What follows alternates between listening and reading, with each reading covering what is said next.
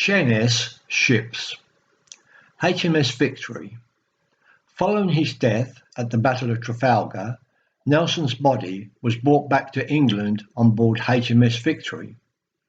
At Sheerness, Nelson's body was removed from the barrel of brandy, placed in a coffin, transferred to the Commissioner of Sheerness Dockyard's ship and taken to Greenwich. HMS Polyphemus was built at Sheerness and launched in April 1782. She was part of the fleet under Admiral Richard Howe, which successfully raised the siege of Gibraltar. The Polyphemus would fight at the Battle of Copenhagen and Trafalgar. After the Battle of Trafalgar, the Polyphemus towed HMS Victory, carrying Nelson's body back to Gibraltar. HMS Seahorse, a 24-gun frigate, was completed on the 17th of February 1749 at Sheerness Dockyard. As a young midshipman, Horatio Nelson served on her with Thomas Trowbridge, who would also become an admiral. HMS Resolution, Captain James Cook's ship, underwent a refit at Sheerness in 1772 prior to Cook's second round-the-world voyage in search of the great southern continent.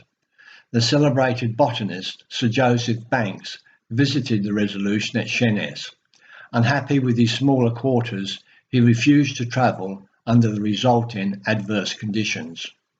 HMS Investigator, Mathew Flinders' ship, was refitted for her arduous journey at Sheerness between November 1800 and May 1801. Mathew Flinders was the first person to circumnavigate Australia. The Fighting Téméraire played a distinguished part in the Battle of Trafalgar. She spent her last years at Sheerness as a receiving ship, a temporary berth for new naval recruits until they received a posting. Turner painted the Fighting Téméraire at Sheerness. HMS Gannet was built at Sheerness Dockyard in 1878. Today, HMS Gannet is conserved at Chatham Historic Dockyard and is open to the public. Her restoration was completed in 2003. HMS Salamander was launched in 1832 at Sheerness. One of the first true paddle warships, she also had sails. She was the first paddle warship built for the Royal Navy. HMS Bellerophon took part at the Battle of the Nile and fought at Trafalgar. 6 weeks after the Battle of Waterloo, Napoleon came on board the Bellerophon to surrender. At Sheerness, the Bellerophon was fitted out as a prison ship. The Bellerophon was perhaps the saddest of all the prison hulks at Sheerness. Her prisoners were children.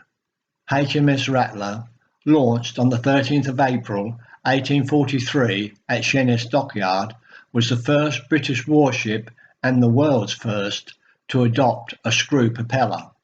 Rattler undertook a number of tug-of-war trials with paddle steamers and proved conclusively that the screw propeller was superior to the paddle wheel. HMS Erebus and Terror, the best known of the Arctic exploration ships, made famous by 2 major polar expeditions, were laid up at Sheerness for 2 years where they underwent repairs.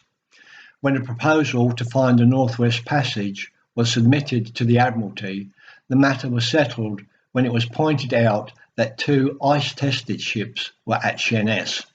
The Great Eastern spent 3 months at Sheerness Harbour loading cable. She was the largest ship in the world and the only one big enough to carry the length of cable required to span the Atlantic Ocean. The Great Eastern left Sheerness to lay the first transatlantic cable on the 21st of June 1865. HMS Bulwark was a British battleship of 15,995 tons, protected by 9 inches of armour. On the 26th of November 1914, while moored off Sheerness in the Medway, she was ripped apart by an enormous explosion, killing 736 men and officers. HMS Princess Irene, a mine layer, was moored off Sheerness, having the previous day taken on mines. There was a catastrophic explosion and HMS Princess Irene blew up with a loss of 352 lives. 76 of those lost were dockyard workers from Sheerness.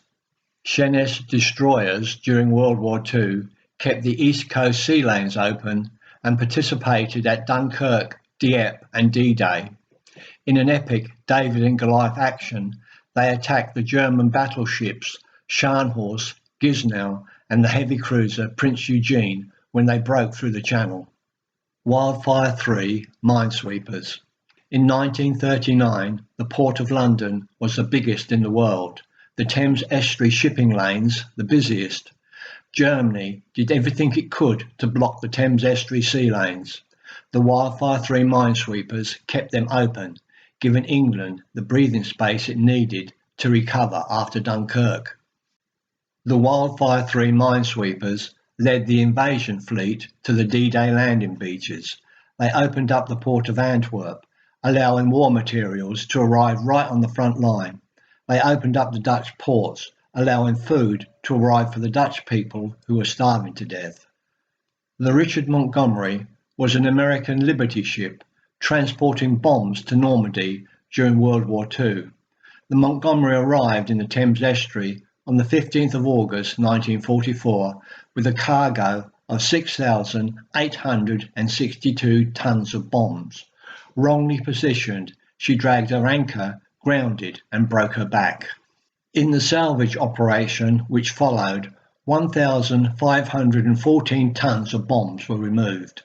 Today, 5,348 tons of bombs remain on the Richard Montgomery. Sheerness Ships.